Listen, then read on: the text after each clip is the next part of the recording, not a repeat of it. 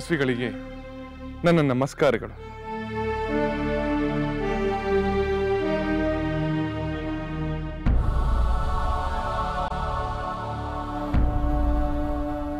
ತಾವು ಎಲ್ಲರೂ ಕಾರ್ಯಾರ್ಥವಾಗಿ ಎಲ್ಲಿಗೋ ಪ್ರಯಾಣ ಹೊರಟಿರುವಂತಿದೆ.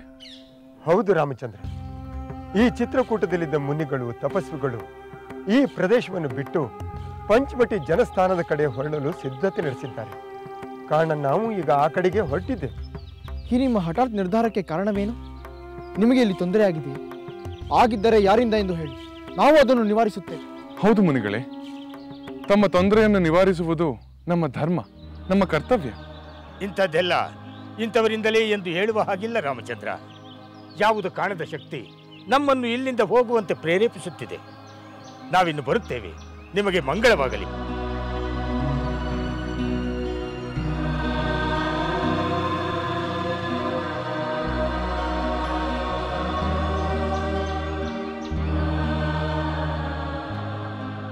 ಸ್ವಾಮಿ, ಈ ಪ್ರದೇಶವು ತಪಸ್ವಿಗಳಿಂದ ಪಾವನವಾಗಿದೆ. ಅವರೇ ಇಲ್ಲಿಂದ ಹೊರಟ ಮೇಲೆ ಈ ಪ್ರದೇಶವು ಮೊದಲಿನಂತೆ ಇರಲು ಸಾಧ್ಯವಿಲ್ಲ ಅಲ್ಲವೇ? ಹೌದು ದೇವಿ. ಸಹೋದರ, ಆ ಮುನಿಗಳು ಈ ಸ್ಥಳವನ್ನು ಬಿಟ್ಟು ಹೋಗುವುದಕ್ಕೆ ಯಾವುದೋ ಪ್ರಬಲವಾದ ಕಾರಣವಿರಬೇಕು. ಏನೇ ಆದರೂ ನಾವಿಲ್ಲಿರುವುದು ಒಳ್ಳೆಯದಲ್ಲ. ಹತ್ತಿರದಲ್ಲಿ ಸಿಗುವ ಆತ್ರಿ ಮಹರ್ಷಿಗಳ ಆಶ್ರಮಕ್ಕೆ ಹೋಗಿ ಅವರ ಸಲಹೆಯಂತೆ ನಾವು ಮುಂದೆ ಏನು ಮಾಡಬೇಕೆಂದು ಆಲೋಚಿಸಬೇಕು. ಆಗಲಿ ಸಹೋದರ, ನಾನು ಪ್ರಯಾಣಕ್ಕೆ ಈಗಲೇ ಸಿದ್ಧಪಡಿಸುತ್ತೇನೆ.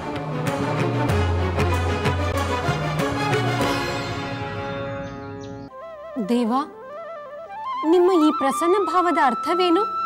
ದೇವಿ, ನಾವಿಬ್ಬರು ಕೈಲಾಸ ಪರ್ವತದಲ್ಲಿ ವಿಹರಿಸುತ್ತಿರುವ ಸಮಯದಲ್ಲಿ ಮಧೋನ್ಮತ್ತನಾದ ದಶಕಂಠ ಈ ಪರ್ವತವನ್ನು ಕಿತ್ತೆಸೆಯಲೆಂದು ಪ್ರಯತ್ನಿಸಿ ಈಗ ನನಗೆ ಮೊರೆಯಿಟ್ಟು ದೈನ್ಯದಿಂದ ಬೇಡುತ್ತಿದ್ದಾನೆ.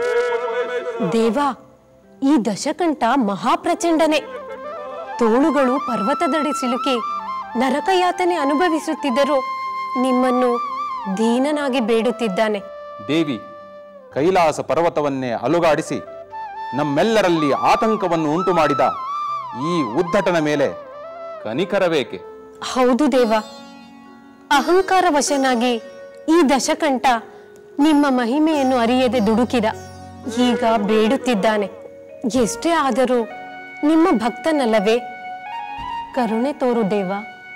ಮಾತೃ ಹೃದಯದ ನಿನ್ನ ಮಾತಿನಂತೆ ನಾನು ಇವನಿಗೆ ದಯ ತೋರುತ್ತೇನೆ. ಭಕ್ತನ ಭವಣೆಯನ್ನು ಪರಿಹರಿಸುತ್ತೇನೆ.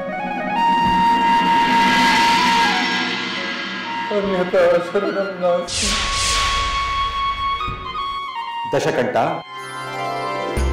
ಸಹಿಸಲಾಗದ ಯಾತನೆಯಲ್ಲೂ ನನ್ನ ನಾಮಸ್ಮರಣೆ ಮಾಡುತ್ತಿರೋ ನಿನ್ನ ಮೇಲೆ ನನಗೆ ಕನಿಕರ ಉಂಟಾಗಿದೆ.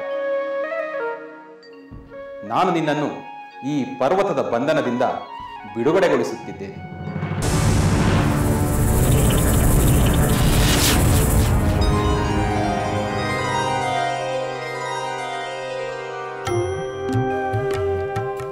ಪರಮೇಶ್ವರ, ಪರಮ ದಯಾಸಾಗರ, ಕೈಲಾಸನಾಥ, ಭಕ್ತ ಪರಾಧೀನ, ನಮೋ ನಮಃ ತಂದೆ, ನಮೋ ನಮಃ. ಎನ್ನ ಮಹಾಪರಾಧವನ್ನು ಮನ್ನಿಸಿ ಅನುಗ್ರಹಿಸು ತಂದೆ, ಅನುಗ್ರಹಿಸು. ದಶಕಂಠ, ನೀನು ಮಹಾವೀರ. ನಿನ್ನ ಪರಾಕ್ರಮ ಅಸಾಧ್ಯ. ನಿನ್ನ ಈ ಕೂಗು 3 ಲೋಕಗಳಲ್ಲೂ ಪ್ರತಿಧ್ವನಿಸಿತು. ನಿನ್ನ ಈ ಆರ್ತರವ ಎಲ್ಲ ಕಡೆ ಅಪ್ಪಳಿಸಿದ್ದರಿಂದ ನೀನು ರಾವಣನೆಂದು ಪ್ರಸಿದ್ಧನಾಗು. ಧನ್ಯೋಸ್ಮಿ, ಧನ್ಯೋಸ್ಮಿ ದೇವ, ಧನ್ಯೋಸ್ಮಿ. ಹೌದು, ನಿನ್ನನ್ನು ದೇವ, ದಾನವ, ಮಾನವರೆಲ್ಲರೂ ರಾವಣ ಎಂದು ಕರೆಯುತ್ತಾರೆ. ನೀನಿನ್ನು ನೆಮ್ಮದಿಯಿಂದ ಹೋಗಬಹುದು. ನಿನಗಾವ ಬರಬೇಕು ಕೇಳು. ದೇವ, ನನಗೆ ನೀವು ತೋರಿದ ಕೃಪೆಯಿಂದಲೇ ನಾನು ಕೃತಾರ್ಥನಾದೆ. ನನಗೆ ನೀಡುವುದಾದರೆ ಒಂದು ವರವನ್ನು ದಯಪಾಲಿಸಿದೆ. ದೇವದಾನವ, ಯಕ್ಷ, ಗಂಧರ್ವ, ಕಿನ್ನರ, ಕಿಂಪುರುಷ, ನಾಗಾದಿಗಳಿಂದ ನನಗೆ ಮರಣ ಸಂಭವಿಸಿದಂತೆ ಆ ಬ್ರಹ್ಮದೇವನಿಂದ ನಾನು ವರ ಪಡೆದಿದ್ದೇನೆ. ಬ್ರಹ್ಮದೇವನು ನನಗೆ ಪೂರ್ಣಾಯಸ್ಸನ್ನು ನೀಡಿದ್ದಾನೆ. ದೇವ, ಆ ಪೂರ್ಣಾಯಸ್ಸು ಕಿಂಚಿತ್ತೂ ಕಡಿಮೆಯಾಗದಂತೆ ನನ್ನನ್ನು ಅನುಗ್ರಹಿಸು ತಂದೆ. ತಥಾಸ್ತು. ಧನ್ಯೋಸ್ಮಿ, ಧನ್ಯೋಸ್ಮಿ ತಂದೆ, ಧನ್ಯೋಸ್ಮಿ. ನನ್ನ ಮೇಲೆ ಕೃಪೆ ತೋರಿ ಒಂದು ಅಸ್ತ್ರವನ್ನು ದಯಪಾಲಿಸಿ ತಂದೆ.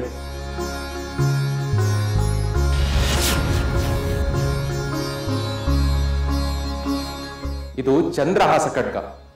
ಇದಕ್ಕೆ ಯಾವುದೇ ರೀತಿಯಲ್ಲಿ ಅಪಮಾನ ಮಾಡಬಾರದು. ಅಂತಹ ಅಚಾತುರ್ಯ ನಡೆದರೆ ಇದು ಮತ್ತೆ ಬಂದು ನನ್ನನ್ನು ಸೇರುವುದು. ನೆನಪಿರಲಿ.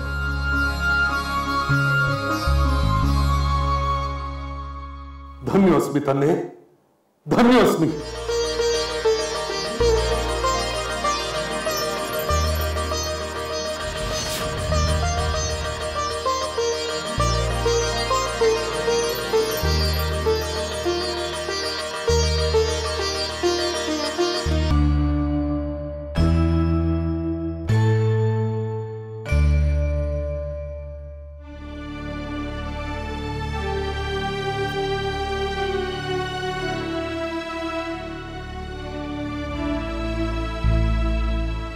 ಪ್ರಿಯ ಪ್ರಜಾಜನರೇ, ಮಹಾಮಂತ್ರಿ ಸುಮಂತ್ರರೇ, ಗುರು ಹಿರಿಯರೇ, ನಾನು ಈ ನಂದಿ ಗ್ರಾಮದಲ್ಲೇ ನೆಲೆಸಲು ನೀವೆಲ್ಲ ನನಗೆ ಅನುಮತಿ ನೀಡಬೇಕು. ನನ್ನ ಸೋದರನ ನಿರೀಕ್ಷೆಯಲ್ಲಿ ನಾನಿಲ್ಲಿದ್ದುಕೊಂಡೇ ತಾಪಸನಂತೆ ಬದುಕಲು ನೀವೆಲ್ಲ ನನಗೆ ನೆರವಾಗಬೇಕು. ಕುಮಾರ ಭರತ, ನೀನು ಈ ನಂದಿ ಗ್ರಾಮದಲ್ಲಿ ನೆಲೆಸಲು ನಮ್ಮೆಲ್ಲರ ಸಮ್ಮತಿಯೂ ಇದೆ. ನಿನ್ನ ಭ್ರಾತೃ ಪ್ರೇಮವನ್ನು ಕಂಡು ನಾವೆಲ್ಲರೂ ಮೂಕ ವಿಸ್ಮಿತರಾಗಿದ್ದೇವೆ. ಮಹಾನುಭಾವನಾದ ರಾಮಚಂದ್ರನಿಗೆ ನೀನು ಅನುರೂಪನಾದ ಸಹೋದರ. ಮುನೀಂದ್ರ, ನನ್ನ ಪ್ರಿಯ ಸೋದರ ರಾಮಚಂದ್ರನು ಈ ರಾಜ್ಯವನ್ನು ನನ್ನ ಬಳಿ ನ್ಯಾಸವಾಗಿರಿಸಿದ್ದಾನೆ. ಅವನು ಹಿಂತಿರುಗಿ ಬರುವವರೆಗೂ ಕೋಸಲ ದೇಶದ ಯೋಗಕ್ಷೇಮವನ್ನು ಈ ದಿವ್ಯ ಪಾದುಕೆಗಳೇ ನೋಡಿಕೊಳ್ಳುತ್ತದೆ.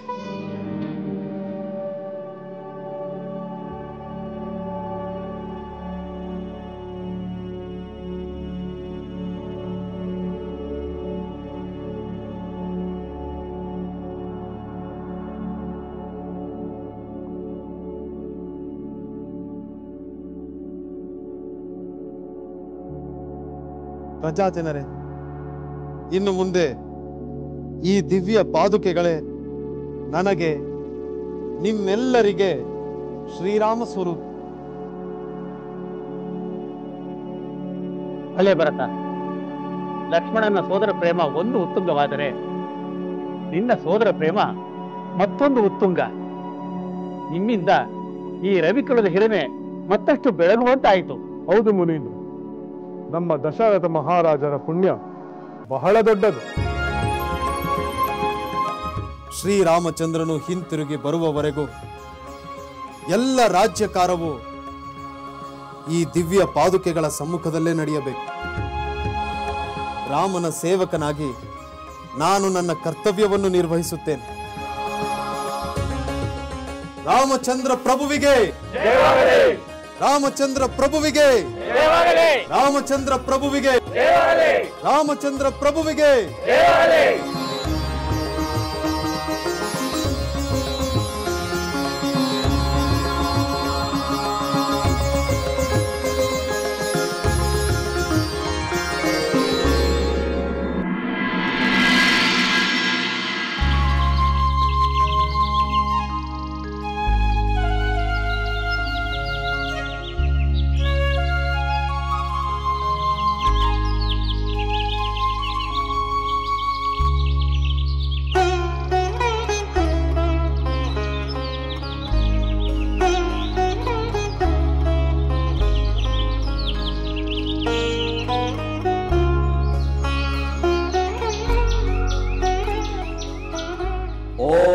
ಅಗ್ನಿಯೇ ನಮಃ ಇದಂ ನಮಃ. ಓಂ ನಾರಾಯಣಾಯ ನಮಃ ಇದಂ ನಮಃ. ಓಂ ಲಕ್ಷ್ಮೀನಾರಾಯಣಾಯ ಇದಂ ನಮಃ. ಓಂ ಮಧುಸೂದನಾಯ ಇದಂ ನಮಃ. ಓಂ ಕಾರ್ತಿಕೇಯಾಯ ನಮಃ ಇದಂ ನಮಃ. ಓಂ ವಿಶ್ವ ವಿಶ್ವರೂಪಾಯ ನಮಃ ಇದಂ ನಮಃ ಓಂ ಮಧುಸೂದನಾಯ ಇದಂ ನಮಃ ಓಂ ಯಮಧರ್ಮಾಯ ನಮಃ.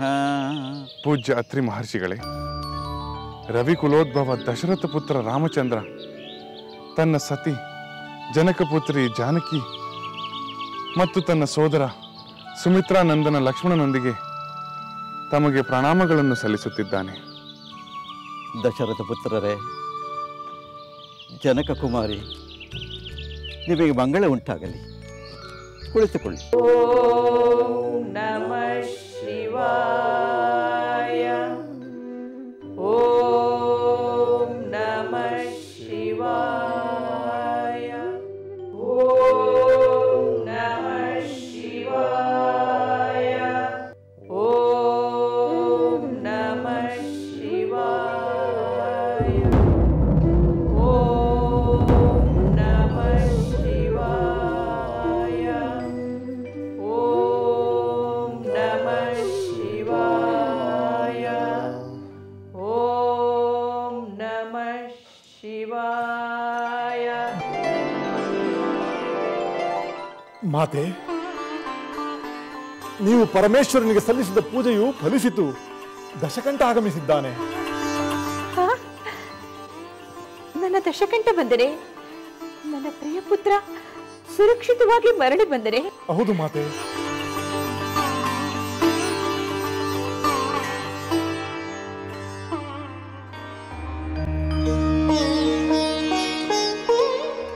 ಕಂದ, ದಶಕಂಠ, ಈಗ ಬಂದೀಯಾ? ಹೌದು ಮಾತೆ, ನಾನೇ ಬಂದಿದ್ದೇನೆ. ನಿನ್ನ ಪ್ರೀತಿಯ ಪುತ್ರ ಭೋಜಬಲ ಪರಾಕ್ರಮಿ ಪರಮೇಶ್ವರನ ಪರಮಾನುಗ್ರಹವನ್ನು ಪಡೆದು ರಾವಣ ಎಂದು ಕರೆಸಿಕೊಂಡು ಬಂದಿದ್ದೇನೆ. ರಾವಣ? ಹೌದು ಮಾತೆ, ಪರಮೇಶ್ವರನೇ ಬಹು ಪ್ರೀತಿಯಿಂದ ಕರೆದ ಹೆಸರು. ನೀನು ಧನ್ಯನಾದೆ ರಾವಣ.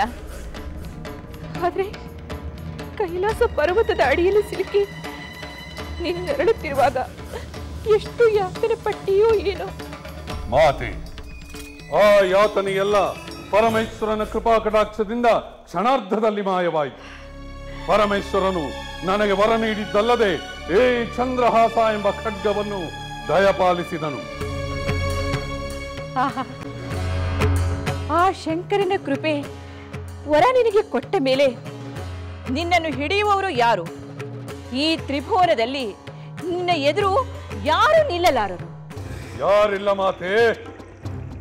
ಯಕ್ಕಶ್ಚಿತ್ ಮಾನವನನ್ನು ಬಿಟ್ಟು ದೇವದಾನವ ಯಕ್ಷ ಗಂಧರ್ವ ಕಿನ್ನರ ಕಿಂಪುರುಷನಾದಾದಿಗಳಾರು ನನ್ನನ್ನು ಗೆಲ್ಲಲಾರರು, ಕೊಲ್ಲಲು ಆರರು. ಸ್ವತಃ ಪರಮೇಶ್ವರನೇ ವರ ನೀಡಿದ್ದಾನೆ ಮಾತೆ. ಅಗ್ರಜ,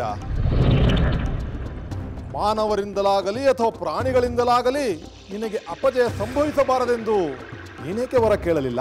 ವಿಭೀಷಣ, ಎಂತಹ ಅವಿವೇಕದ ಪ್ರಶ್ನೆಯನ್ನು ಕೇಳಿರುವೆ. ನಾನೇನಾದರೂ ಹಾಗೆ ಕೇಳಿದ್ದರೆ ಮದಗಜ ಒಂದು ಯಕ್ಕಶ್ಚಿತ್ ಇರುವೆಯಿಂದ ನನಗೆ ಮರಣಬಾರದಂತೆ ವರ ನೀಡು ಎಂದು ಕೇಳುವಷ್ಟೇ ಹಾಸ್ಯಾಸ್ಪದವಾಗುತ್ತಿತ್ತು. ರಾವಣೇಶ್ವರ, ಧರ್ಮದ ಬೆಂಬಲ, ಪರಶಿವನ ಅನುಗ್ರಹವಿದ್ದರೆ ತೃಣವು ಬ್ರಹ್ಮಾಸ್ತ್ರವಾಗಬಲ್ಲದು. ಒಂದು ಇರುವೆಯೂ ಕೂಡ ಐರಾವತವನ್ನೇ ಸೋಲಿಸುವಷ್ಟು ಸಮರ್ಥವಾಗಬಲ್ಲದು. ಮಹಾಮಹಿಮರಾದ ಮಾನವರು ತಮ್ಮ ಶಕ್ತಿಯಿಂದ ದೇವತೆಗಳನ್ನೇ ಮಣಿಸಬಲ್ಲರು. ಸಾಕು ವಿಭೀಷಣ, ಸಾಕು. ಪರಶಿವನು ಕುಳಿತಂತೆಯೇ ಕೈಲಾಸ ಪರ್ವತವನ್ನು ಕಿತ್ತೆಸೆಯಲು ಸಾಹಸ ಮಾಡಿ ಅದೇ ಕೈಲಾಸಪತಿಯಿಂದ ವರವನ್ನು ಪಡೆದ ಈ ಅಗ್ರಜನ ಸಾಹಸವನ್ನು ಕಂಡು ಹೆಮ್ಮೆ ಪಡುವುದನ್ನು ಬಿಟ್ಟು ಅಲ್ಪರ ವಿಷಯಕ್ಕೆ ಅಲ್ಪನಂತೆ ಪ್ರಲಾಪಿಸುತ್ತಿರುವೆಯಲ್ಲ ವಿಭೀಷಣ. ಶಾಂತನಾಗು ಕುಮಾರ, ಶಾಂತನಾಗು. ವಿಭೀಷಣನ ಸ್ವಭಾವ ನಿನಗೆ ತಿಳಿದಿಲ್ಲವೇ? ತಂದೆಯಂತೆ ಧರ್ಮ ಧರ್ಮ ಧರ್ಮ ಎಂದು ಧರ್ಮದ ಮಂತ್ರವನ್ನೇ ಪಠಿಸುತ್ತಾನೆ. ಹೋಗಲಿ ಬಿಡು. ಬಹಳ ಕಾಲದ ನಂತರ ನೀನು ಬಳಲಿ ಬಂದಿರುವೆ. ನಿನಗೆ ನಾನೇ ಉಪಚಾರ ಮಾಡುತ್ತೇನೆ. ಸ್ವಲ್ಪ ಕಾಲ ಯುದ್ಧದ ಚಿಂತೆಯನ್ನು ಮರೆತು ಅರಮನೆಯಲ್ಲಿ ಸಂತೋಷದಿಂದ ಕಾಲ ಕಳಿ. ಮಾತೆ, ಏ ರಾವಣನಿಗೆ ಯಾವಾಗಲೂ ಸಂತೋಷವೇ, ಎಲ್ಲ ಕಾಲವೂ ಆನಂದವೇ. ನರೇಶ್,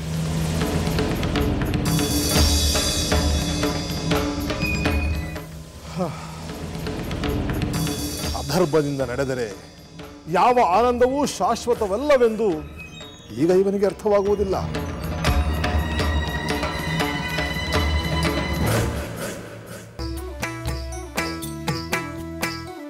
ಲಂಕೆಯಲ್ಲಿನ ದುರುಳ ದರ್ಪವು ಸೀತೆ ಸಹನೆಗೆ ಸೋತಿತು. ಅಂಕೆ ಇರದ ಅಸುರ ಕುಲವು ರಾಮ ಬಾಣಕ್ಕೆ ಅಡಗಿತು. ದೂರವಿರಲಿ ಸನಿಹವಿರಲಿ ರಾಮ ಹೃದಯ ನಿವಾಸಿನಿ. ಯುಗವು ಯುಗವು ಸಾಗಲಿ ಅಕಳಂಕ ಪ್ರೇಮ ಪ್ರಬೋಧಿನಿ. ಅಮರ ಗಾಧೆ ಧರಣಿ ಜಾತೆ ಸಾಧ್ವೆ ಸೀತೆ ಸುಚರಿತೆ. ಸಹನ ಶಕ್ತಿ ಪತಿಯ ಭಕ್ತಿ ಲೋಕಮಾನ್ಯ ವಂದಿತೆ.